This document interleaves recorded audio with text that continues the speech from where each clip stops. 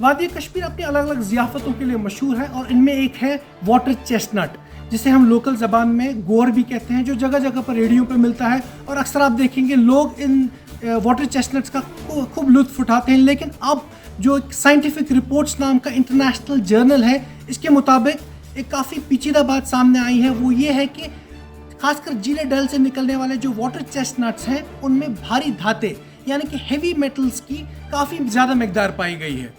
अब ये हैरानकुन बात क्यों है? क्योंकि जो हेवी मेटल्स होते हैं, खासकर कैडमियम, ये इंसानी जिस्म के लिए सेफ नहीं होते हैं। इस रिपोर्ट के मुताबिक जो ये स्टडी चली 4 से 5 महीने तक, अलग अलग जो 4 वाटर बॉडीज़ हैं, जिले डल हो गया, मानसबल है, वुलर है और होकरसर है, इन चारों साइट से 60 सैंपल्स, हर साइट से 60 सैंपल्स लिए गए वाटर चेस्टनट्स के।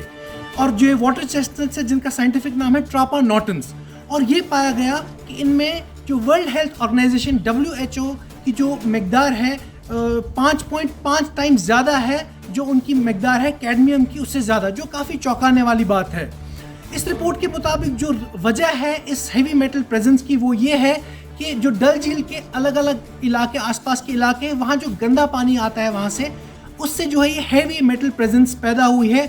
और ख़ासकर जो ये ट्रापा नॉटन्स पे स्टडी की गई है, उनका ये कहना है साइंटिस्ट का कि ये जो फ्रूट है, ये जो पर्टिकुलर एक्वेटिक क्रॉप है, ये काफ़ी मोटा होता है।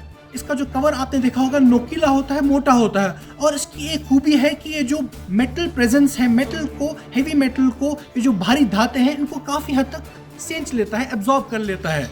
तो साइंटिस्ट का यही कहना है कि जबकि एक एक्वेटिक क्रॉप जो चेस्टनट हो, वाटर चेस्टनट जैसा, इससे असर पड़ जाए इन हेवी मेटल से, तो जो एक्वेटिक लाइफ है, जो मछलियाँ हैं और जो बाकी खाने पीने की चीज़ें हैं जो जिले डल से निकलती, उनका क्या हाल होगा। अब जो कंक्लूजन है इस रिपोर्ट का, जो साइंटिफिक रिपोर्ट्स नाम का जो जर्नल है, इसका यही कहना है कि काफ़ी फैक्ट फाइंडिंग हो, जो हेल्थ रिस्क असेसमेंट हो, और उससे पता चले कि जो ये गोर है, जो ये वाटर चेस्टनट्स हैं, इनको खाने से कहीं कोई इंसानी जिस्म में कोई मर्ज तो ना हो, जो कैंसर का खतरा तो ना हो। इसके साथ साथ ये भी कहा गया है कि जो हार्वेस्टिंग है, जो इन वाटर चेस्टनट्स को, इस गोर को जिले डल से निकाला जाता है, उसकी हार्वेस्टिंग फिलहाल रोक दी जाए जब तक पोल्यूशन कंट्रोल मैकेनिज्म ना हो। हमने कई माहिरीन से बात की, उन्होंने ये भी कहा कि जो अलग अलग सोर्सेज हैं जिले डल के, जो अलग अलग जगहों से पानी आता है, और जो हमारे हॉर्टिकल्चर को लेकर जो पेस्टिसाइड्स का इस्तेमाल होता है, कहीं ना कहीं वो पेस्टिसाइड्स भी जो है वो आके जिले डल में जमा हो जाते हैं, जिसकी वजह से जो हेवी मेटल प्रेजेंस है, खासकर कैडमियम, जो कि बहुत खतरनाक माना जाता है इंसानी जिस्म के लिए, वो कहीं जाके इन वाटर चेस्टनट्स में पाया गया है।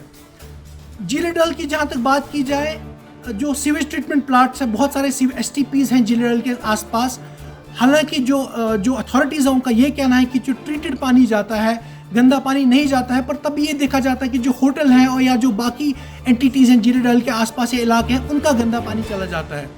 अब जो ये रिपोर्ट है, हालांकि कोई ऐसी कंक्लूजन इस रिपोर्ट में नहीं आई है कि जो एक गोर है या जो वाटर चेस्टनट है, इनसे कोई बीमारी होगी।